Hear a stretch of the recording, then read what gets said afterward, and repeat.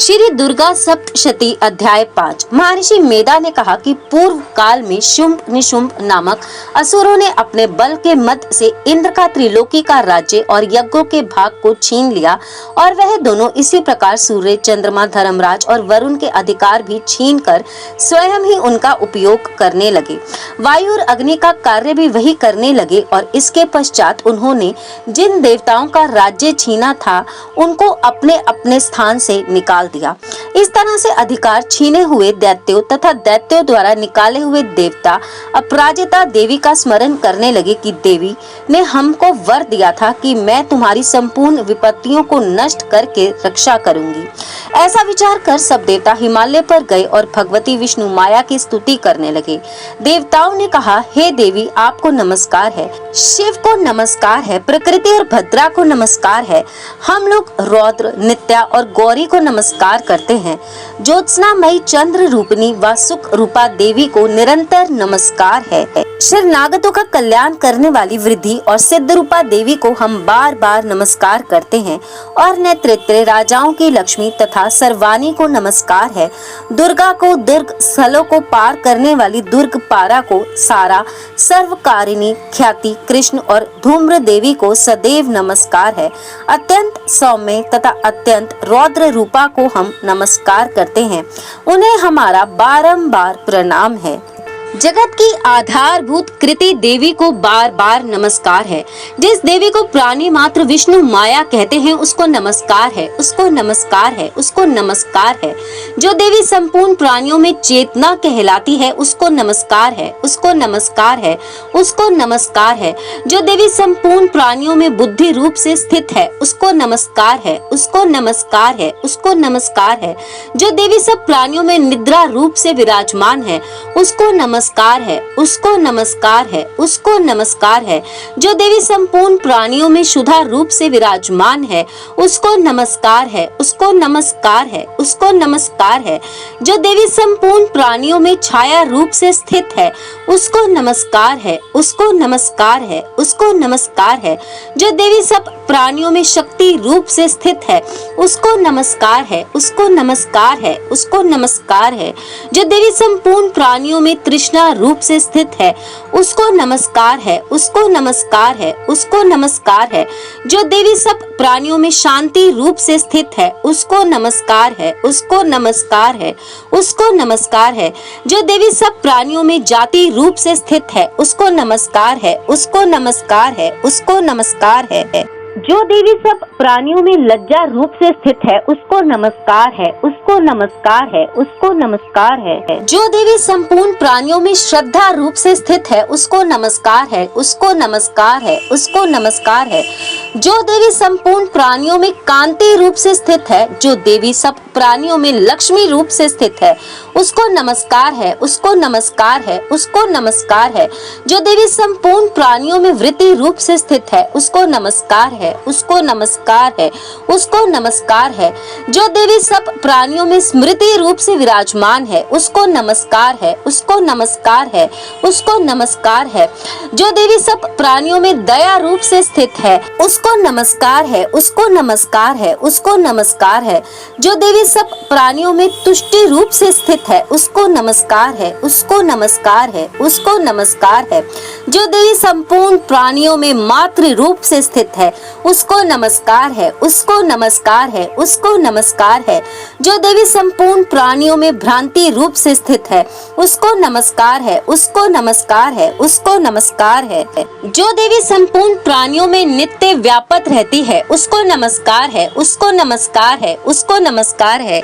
जो देवी चैतन्य रूप से इस संपूर्ण संसार को व्याप्त करके स्थित है उसको नमस्कार है, उसको नमस्कार है, उसको नमस्कार है।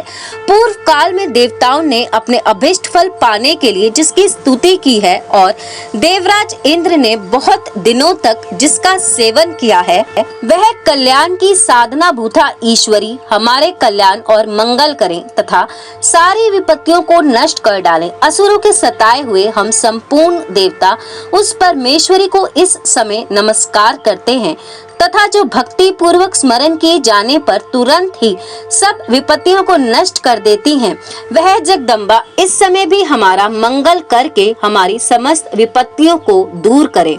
महर्षि मेधा ने कहा, हे राजन, इस प्रकार जब देवता स्तुति कर रहे थे तो उसी समय पार्वती देवी गंगा में स्नान करने के लिए आई। तब उनके शरीर से प्रकट होकर शिवा देवी बोली, शुंभ दैत्य के द्वारा स्वर्ग से निकले हुए और निशुंभ से हारे हुए यह देवता मेरी स्तुति कर रहे हैं। पार्वती के शरीर से अंबिका निकली थी, इसलिए उसको संपूर्ण लोक में कौशिकी कहते हैं। कौशिकी के प्रकट होने के पश्चात पार्वती देवी के शरीर का रंग काला हो गया और वह हिमालय पर रहने वाली कालिका देवी के नाम से प्रसिद्ध हुई। फिर शुंभ और निशुंभ के दूत चंडमुंड वहां आए और उन्होंने परम मनोहर रूप वाली अंबिका देवी को देखा। फिर वह शुंभ के पास जाकर बोले, महाराज, एक अत्यंत सुंदर स्त्री हिमालय को प्रकाशित कर रही है। वैसा रूप रंग आज तक हमने किसी स्त्री में नहीं देखा है। हे असुरेश्वर, आप यह पता लगाएं कि वह कौन है और उसको ग्रहण कर ले।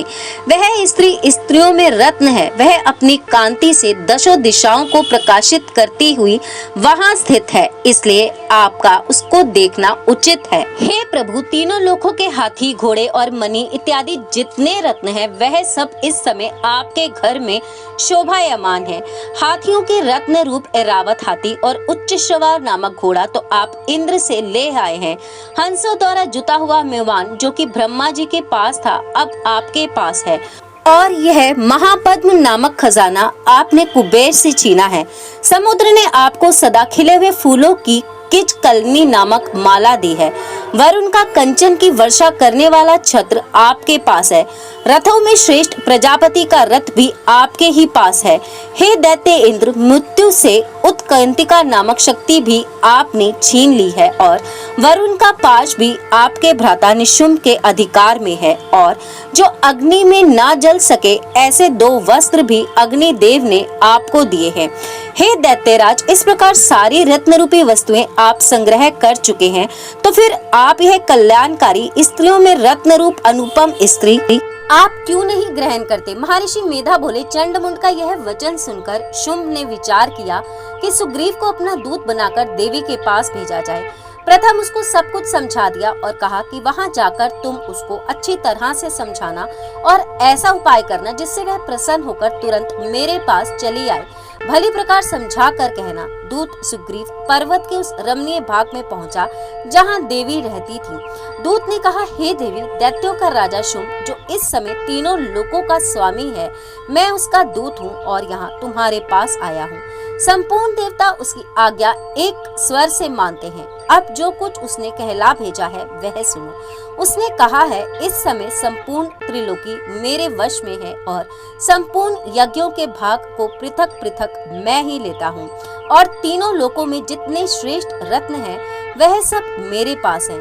देवराज इंद्र का वाहन ऐरावत मेरे पास है जो मैंने छीन लिया है। उच्चैश्रवा नामक घोड़ा जो क्षीर सागर मंथन करने से प्रकट हुआ था, उसे देवताओं ने मुझे समर्पित किया है। हे सुंदरी, इनके अतिरिक्त और भी जो रत्न भूषण पदार्थ देवताओं के पास थे वह सब अब मेरे पास हैं। हे देवी, मैं तुम्हें संसार की स्त्रियों में रत्न मानता हूँ क्योंकि रत्नों का उपभोग करने वाला मैं ही हूँ। हे चंचल कटाओं वाली सुंदरी, अब यह मैं तुझ पर छोड़ता हूँ कि तू मेरे या मेरे भाई महापराक्रमी निशुंभ की सेवा में आ जाए। यदि तू मुझे वरेगी, तुझे अतुल महान ऐश्वर्य की प्राप्ति होगी। अतः तुम अपने बुद्धि से यह विचार कर मेरे पास चली आओ। महर्षि मेधा ने कहा कि दूत के ऐसा कहने पर संपूर्ण जगत का कल्याण करने वाली भगवती दुर्गा मन ही मन मुस्काई और इस प्रकार कहने लगी। देवी ने कहा, हे दूत, तू जो कुछ कह रहा है वह सत्य है और इसमें किंचित मात्र भी झूठ नहीं है। शुंभ इस समय तीनों लोकों का स्वामी है और निशुंभ भी इसी तरह पराक्रमी है, किंतु इसके संबंध में मैं जो प्रतिज्ञा कर चुकी हूँ उसे मैं कैसे झुठला सकती हूँ। अतः मैं जो प्रतिज्ञा की है उसे सुन। जो मुझे युद्ध में जीत लेगा और मेरे अभिमान को खंडित करेगा तथा बल में मेरे समान होगा वही मेरा स्वामी होगा।